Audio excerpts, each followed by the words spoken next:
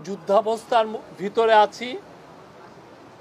আওয়ামী লীগের কার্যক্রম নিষিদ্ধ হওয়ার পরে ডিস্টাবিলাইজ করার জন্য যত রকমভাবে পারে চেষ্টা করছে। এটা থেকে আমাদের রক্ষা করতে হবে। তারা কিছুতেই মেনে নিতে পারছে না। বিভাজন থেকে আমাদের উদ্ধার পেতে হবে, ঐক্যমত থাকতে হবে। আত্মমর্যাদাপূর্ণ জাতি হিসেবে আমরা যতটুকু দাঁড়াতে পেরেছি এটা যেন সামনের দিকে যায়। সবাই একসঙ্গে বসাতে উনি বলছেন যে আমি মনে সাহস পেলাম।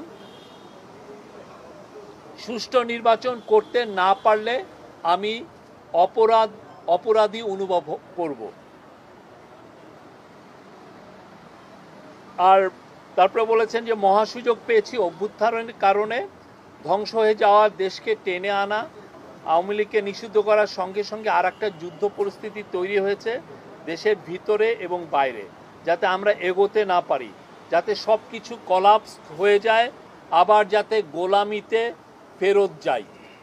এটা উনি বলেছেন। মানে যারা এই কনস্পাইরেসিগুলো করছে তাদের ইন্টেনশন হচ্ছে আমরা যেন আবার গোলামিতে ফেরত যাই। আমি যতদিন আছি দেশের কোনো অনিষ্ট হবে এমন কোনো কাজ হবে না, নিশ্চিত থাকেন।